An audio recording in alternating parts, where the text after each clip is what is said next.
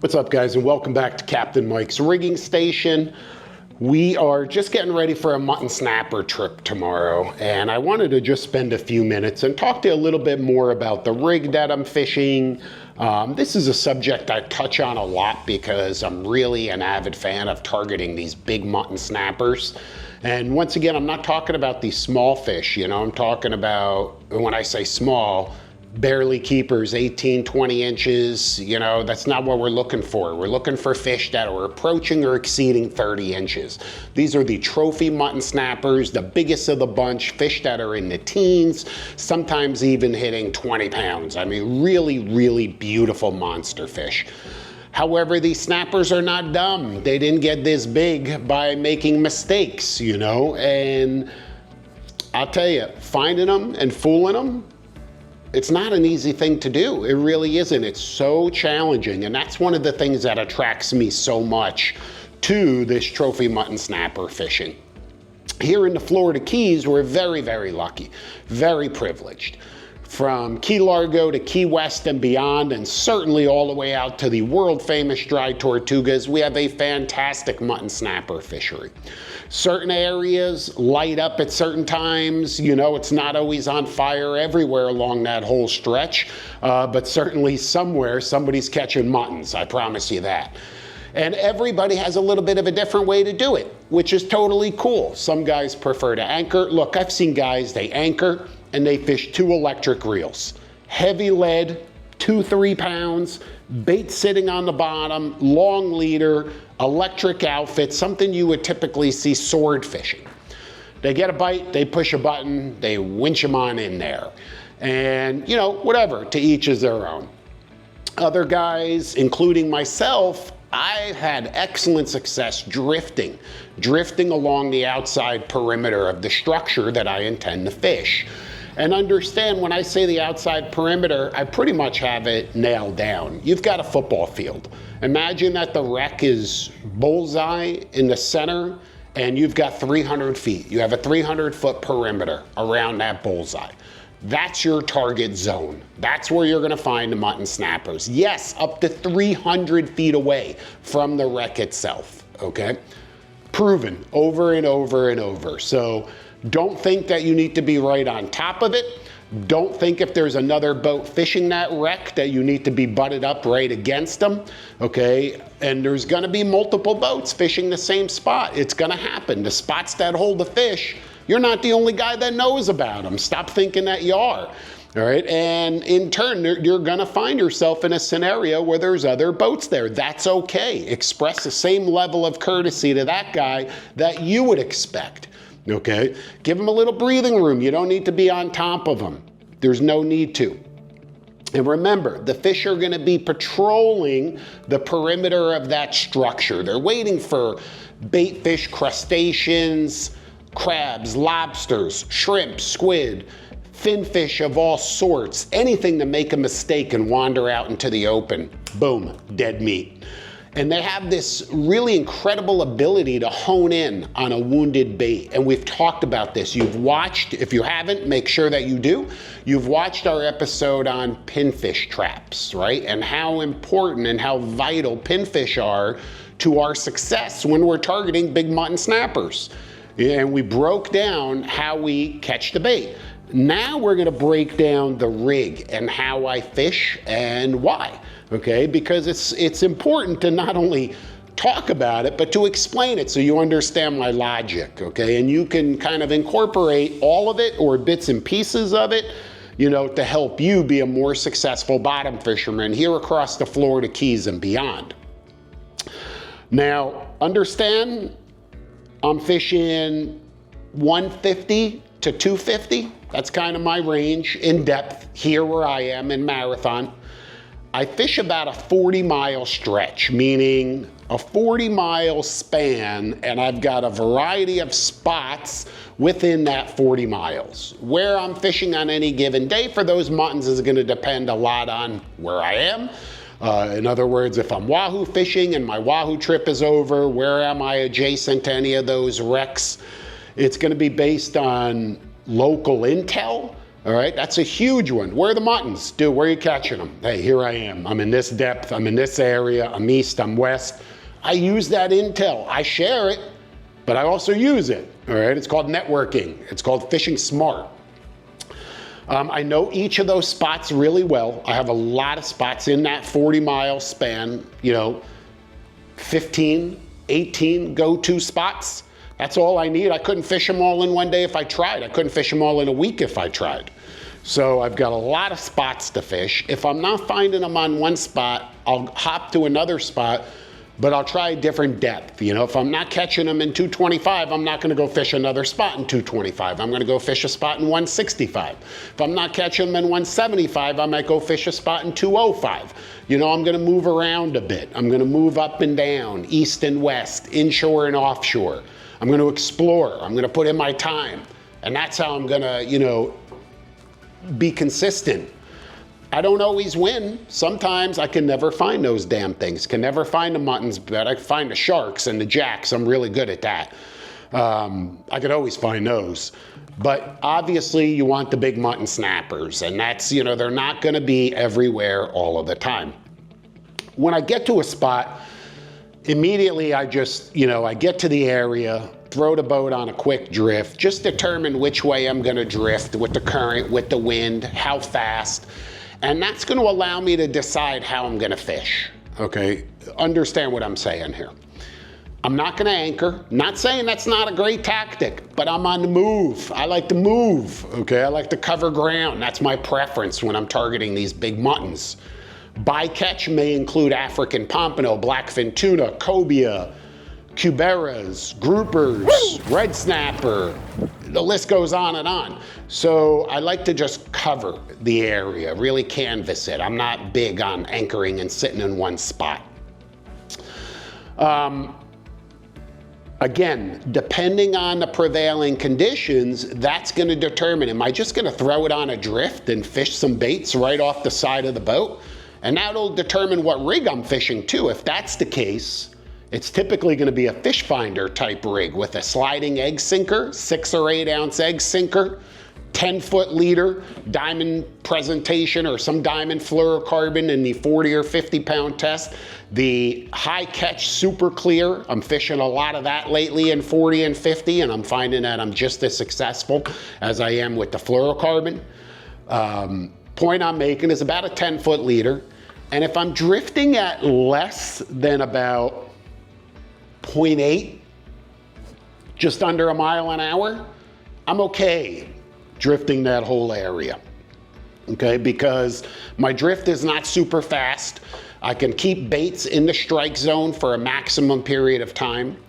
But if that current is approaching or exceeding 1 mile an hour, and sometimes it might be 2 miles an hour or even more, I've got to hold the boat into the current. I've got to what we call kind of power drift, all right? And this is a unique type of fishery where we do this in a unique way. I want to kind of spell it out for you because this is really how I prefer to fish for the muttons, and this is how a lot of the locals, fish for them, the charter boats, the guys that are really dialed in. And for good reason, because this is the way to keep your baits in the strike zone for the maximum amount of time while also covering some ground and being able to find those fish. Sometimes the pack of muttons is up current, sometimes they're down current of the structure, sometimes they're out to the perimeter, sometimes they're tight to the, to the rubble or reef or wreck, whatever it may be.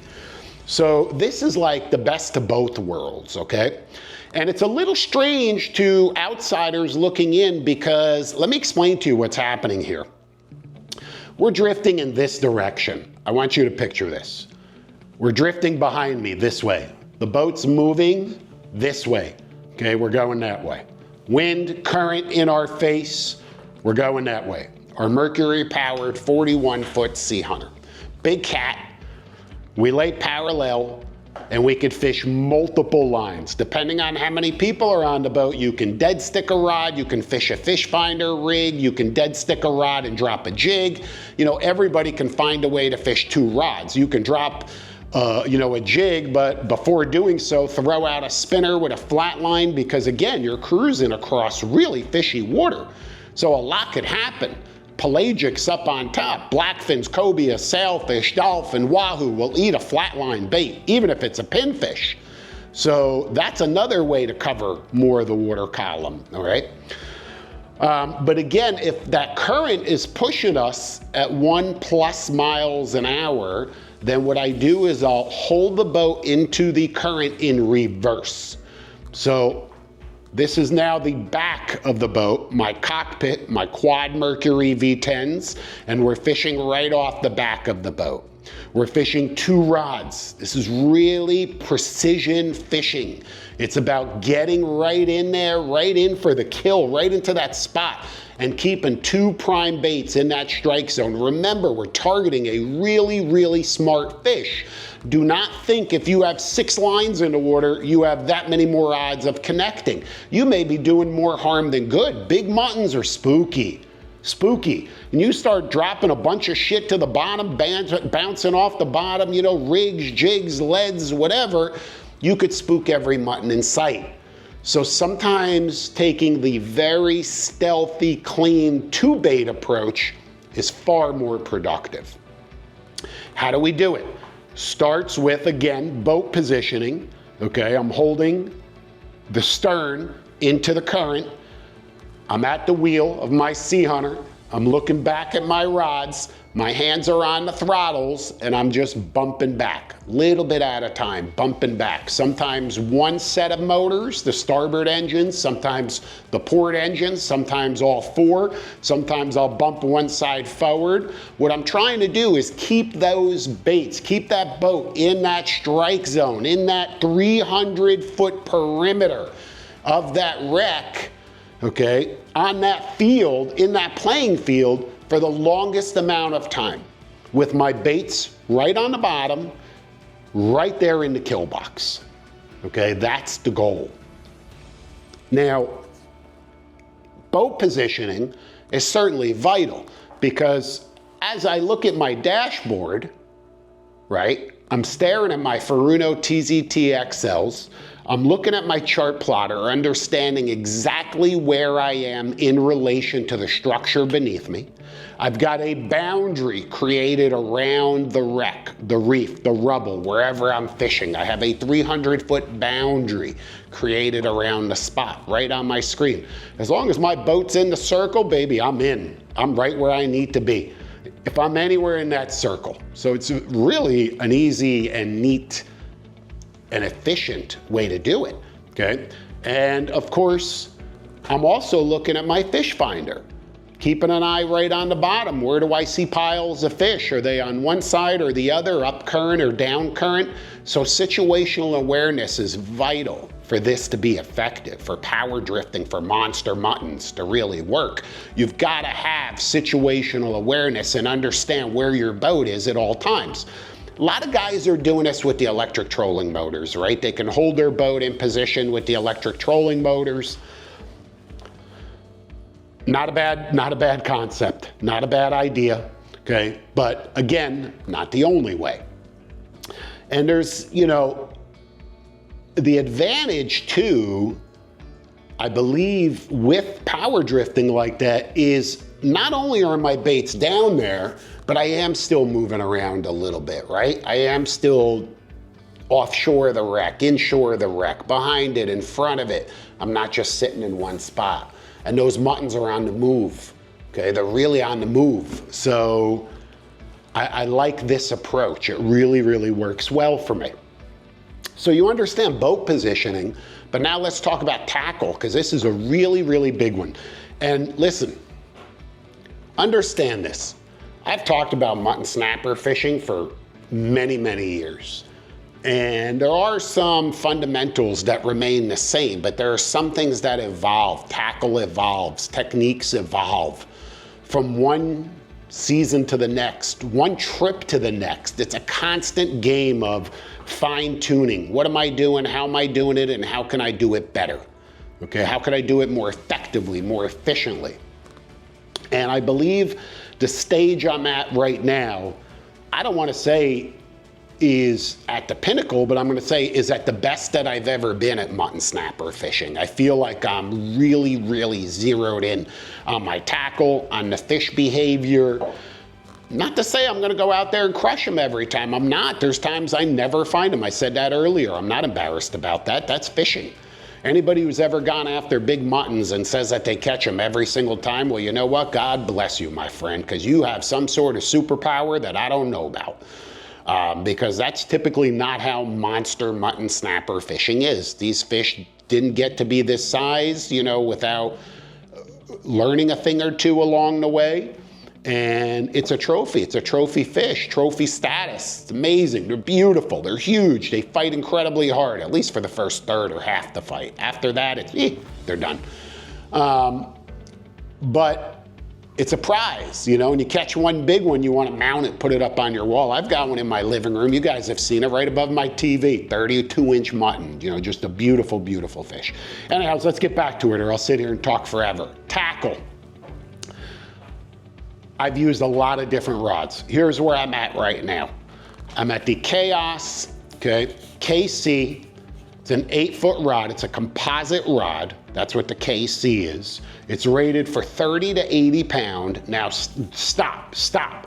When I say 30 to 80 pound, don't start thinking in your head, wow, like an 80 pound trolling rod? No, not like an 80 pound trolling rod. That's not what this is about. This is a completely different type of blank, different length. It's 8 foot long. Why is it 8 foot? I could reach around the motors. Remember, I'm fishing with my quad V10s, monster Mercury engines right here behind the boat. My rod is right in the transom corner rod holder. All right, so I need a rod that has some length that I can maneuver around those engines, that I could lob a sinker away from the boat. Lot of benefits to an 8-foot rod when it comes to mutton snapper fishing. It's got a long foregrip. It's a thin blank. It's very comfortable. Okay, very comfortable to fish. SIC guides, they can withstand braid perfectly fine. Graphite reel seat, once again, very light. Okay, long butt grip here. Nylon gimbal, so when it sits in that rod holder, it's locked in the rod holder. But this is perhaps the most unique part of this setup is the reel that I have on this rod. I have fished a lot of different reels, Daiwa Saltigas, Shimano Talicas, and to try and really dial in the ultimate mutton snapper reel. And where I am right now, if you can believe this, is with the Shimano Oshia Jigger 4000. That's right, it's a jigging reel. Okay, it's a jigging reel. Why do I like it mutton snapper fishing? A few different reasons. One, it's incredibly light. So the whole outfit is a pleasure to fish. Very light. You can literally hold it with like one finger. Okay, super, super light. Plenty of line capacity. Not a huge issue in this fishery, but important. Okay, so plenty of line capacity. I don't have a clicker. What I have is a spool lock, where when I click that, there's no clicker. The spool locks, breaks like an emergency brake on a car. There's times I need to do that. I need to break out of the bottom. I need to bust off a 300-pound shark, whatever it may be. So I really like that feature. I don't need a clicker in this scenario. Star drag. Big, big star. Easy to manipulate. Easy to tighten and loosen. But more importantly, that drag sticks, meaning wherever it is that I set it, that's where it's at. It doesn't wander. A lot of the other reels, the drag wanders. I'm telling you, it wanders. You know it does. Don't tell me you don't. If you don't, you haven't fished them enough. And it's very easy to adjust, so I really like that. The big T-handle, look at that handle. Look how much torque I have. I'm reeling up and down a lot, and the most important part of mutton snapper fishing is the first few minutes of that fight. When he's on the bottom, I've got to get him off the bottom before a shark gets him. We have a big problem here in the Keys. So having that big T-handle with a lot of torque, a lot of grip, and a silky smooth drag, I love it. This is just perfect for me for a mutton snapper reel, okay, and a pleasure to fish. Now the reel is loaded with 40-pound diamond braid. Okay, you see it all, 40-pound diamond braid in the orange color. intentionally. Why orange? Because when this is behind my boat right here in a rod holder, and the rods are being fished, when I'm up here at the wheel, it's much, much easier to see that line where it is in conjunction to those engines. This is combat fishing. This is impact fishing. Your rods are right there in the corner of quad Mercury V10s. Okay, so you make one wrong move, it's easy to get that line wrapped in an engine if you're not really paying attention. And you don't want braid wrapped around the prop, okay? You can bust seals, there's no happy ending to that. You'll break a rod also. Zing, pow, pow, the rod will just snap sideways. So having the ability to see the line is really, really crucial. And that's why I went with the orange. But I'm not concerned with stealth because I'm fishing a very, very long leader, 50 feet. 50 feet away from the braid is where my bait is and where my hook is. I connect that braid to the leader, which is 50-pound super clear, with an Alberto knot. Very streamlined, very small, goes right on the reel, very reliable. A few feet away from the Alberto knot, I shouldn't even say a few feet, 1 foot away, I tie a very small dropper loop. Listen to what I'm saying, a very small dropper loop. That dropper loop is where we attach our lead, okay? And in this particular scenario, and that's what triggered me to talk to you about all of this, is the leads, because I'm re-rigging a bunch of leads, and I said, you know, I really want to share this tactic with these guys. So the lead, look how I'm rigging this. Starts with a piece of 100-pound high catch. Okay, actually I have a piece already cut right here. Let's move that. I've got 4 of them rigged and ready to go. Piece of 100-pound mono, 12 to 16 inches. There it is right there. Hopefully, if you could see it or not, I promise you it's there. We then take a sleeve, diamond little aluminum sleeves. It says 100-pound right on the package. You can't mess this up. Says 100-pound test. 100-pound test. There it is. Okay. Grab a crimp. Just throw some on the table. Make it a little bit easier. All right. And look, I carry 20-ounce leads, 16-ounce leads, 12-ounce leads, and 10-ounce leads. So depending on the conditions, once I'm ready to deploy my bait, I can decide exactly what weight I would like to fish. And that's all gonna relate to the conditions. The faster we're drifting, the rougher it is, the more current, the more wind, the more lead. The less wind, the less current, the less lead. There it is. 10 to 20 ounces is gonna keep you covered in everything from 100 to 400 feet of water. Anywhere you would be mutton snapper fishing. And 400 feet's excessive for mutton snappers, but certainly approaching 300 feet. So that's it, okay? I then take the lead, here's a 12 ounce, and we're going to just crimp it very tight to the lead. Of course, I'm going to use my Highliner bench crimper here, but you absolutely can use a hand crimper. Right in there, cinch it tight, perfect. Nice and tight. Now the other side, I'm going to again slide a little sleeve on, and this is where I'm going to crimp on a small 50-pound diamond ball bearing snap swivel, okay? 50-pound ball bearing snap swivel. Once again, I crimp that right there. So here's my snap on top, right where my finger is, and there's the lead right there. Now, you can see why I need a swivel. Look at that lead spinning. That lead is going to spin on the way down and on the way up. And if you don't have that swivel where my finger is right there, your rig will get destroyed. In addition to that, take the time, take a pair of cutters, okay?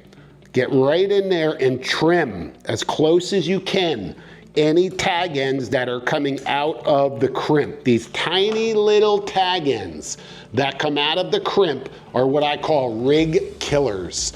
The braid often gets trapped right in that little notch, in that little corner, and then your rig twists, turns, tangles the entire time, and you're out of commission. When I started fishing this rig, I found that to be a huge problem, that it was such an effective rig, but I was spending way too much time not fishing effectively. So that's when I modified my approach and made the entire rig cleaner and stealthier, and so far it's just been extraordinary. This is what snaps on to that little dropper loop. And remember, the dropper loop is so small, it winds right onto the reel, okay? I feed out my bait, 50 feet, live pinfish, butterfly ballyhoo, goggle eye, pilchard, whatever it is that I'm fishing for these big mutton snappers. Kingfish steak, that's right, kingfish steak. And now I get to that loop, now is when I snap this on. Lob it away from the boat, let the rig hit the bottom, get this lead off the bottom. This is what you don't want to happen.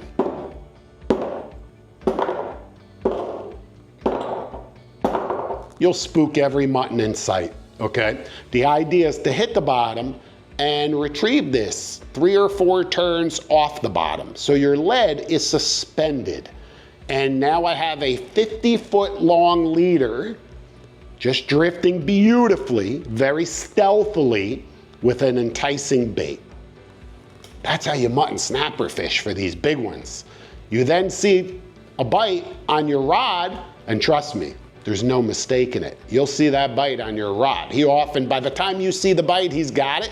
Sometimes you may have to feed it to him. Every bite's a little bit different. But that's the rig, okay? It's kind of like sword fishing.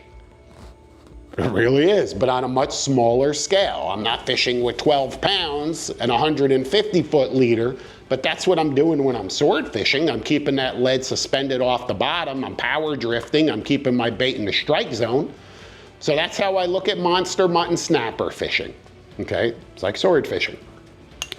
Have a variety of tackle, and by the way, I want to mention, you may say, well, why is that 100 pound? Don't you want that really light in case it gets hung up so that breaks and the rig doesn't break or your fish doesn't break off? No, because I am not dragging this lead across the bottom.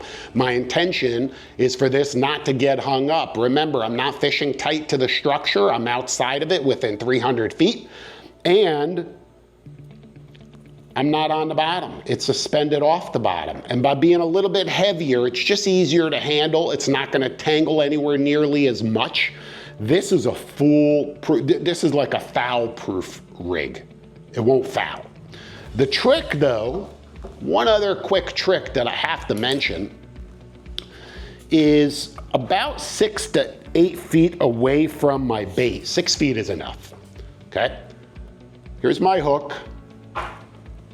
And look, just watch my fingers here. I'm gonna show you where this is, okay? Let's do this again. So here's my hook. Here's where the bait's gonna be. And right there, 6 feet. 6 feet away from the hook, I have a very small 50-pound barrel swivel. Very small. Okay, 50-pound barrel swivel, just tied on. Same thing, trim these edges really tight. Seat the knots, make sure they're tight, there's no slippage, and then using your cutters, cut these little notches so there's nothing for anything to turn on, to twist on, to get tangled on. This little swivel absorbs all of the twist created by the bait in the water.